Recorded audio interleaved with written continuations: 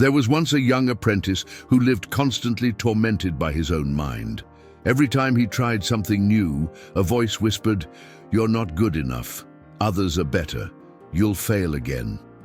He admired the confident warriors and wise leaders around him, but couldn't understand how they faced the world without fear. So one morning, tired of being his own enemy, he went to see his master and said, "Master, I don't believe in myself. Every time I look at others, I feel small." The master listened in silence and then said only, "Come with me." They walked for hours until they reached a peaceful lake hidden between mountains. Without a word, the master picked up a stone and threw it into the water. Ripples spread across the surface. "What do you see?" he asked. "Waves," the boy replied. "They're everywhere." The master nodded. "Your mind is like this lake. When you doubt yourself, you create waves that distort reality. You can no longer see clearly who you are." The boy stared at the water, watching the ripples slowly fade until the lake became still again. Then, in the calm surface, he saw his reflection. "And now?" asked the master. "I can see myself," he said quietly. "Exactly," said the master. "When the mind is calm, you remember your strength. Self-confidence is not arrogance, it's clarity." That night, the apprentice couldn't sleep.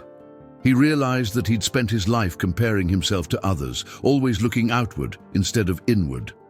The next morning, he decided to change, but he still wondered, how can I believe in myself if I've failed so many times? Sensing his confusion, the master called him and handed him a small seed.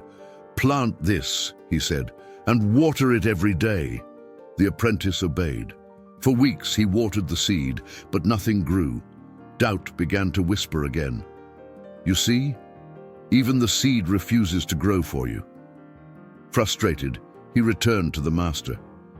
"It's useless," he said. The master smiled. "You think the seed is doing nothing, but it's growing roots. Confidence works the same way. It grows underground first." He continued, "Do you know what separates the confident from the insecure? Action. The confident act even when they doubt. The insecure wait for confidence before acting, and so they never move." The words struck the apprentice deeply. That day, he decided to act even in fear. He spoke up in discussions, trained harder, faced challenges without waiting to feel ready. And something strange happened. Each small victory built a brick of belief inside him. One afternoon, he told the master, "I think I'm beginning to understand. The more I act, the more I trust myself." The master smiled. "Exactly. Courage is not the absence of fear. It's the decision to move despite it." Weeks passed, and the apprentice continued his training.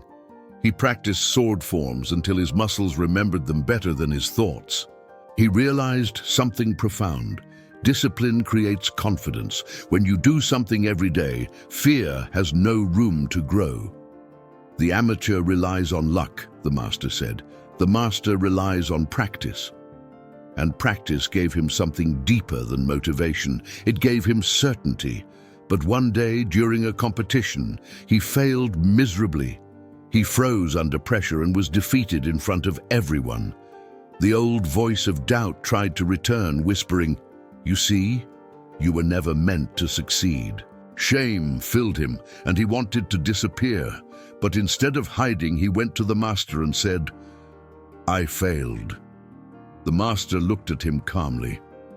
"And what did you learn?" The apprentice thought for a moment. "That I stopped believing the moment I fell." The master nodded. "Then you didn't fail. You discovered where your belief ends." True confidence isn't pretending to be perfect. It's being honest about your flaws without running from them. He paused and added, "Doubt fears the truth. Confidence grows with it." The apprentice felt tears in his eyes. For the first time, he saw that self-confidence wasn't about being better than anyone. It was about being better than the person he used to be. Months later, he returned to the same lake where everything began. The water was calm again, reflecting the sky like a mirror. He threw another stone, but this time he smiled at the ripples. He understood. The waves would always come, but now he knew how to wait until the water cleared. He finally realized what the master meant. Confidence isn't loud, it's silent. It's not a shout to the world, it's a whisper to yourself, I can handle this. From that day on, whenever fear tried to speak, he remembered three things. Act, even when afraid. Practice until skill becomes nature. Be honest, not perfect, because self-confidence is not something you find, it's something you build.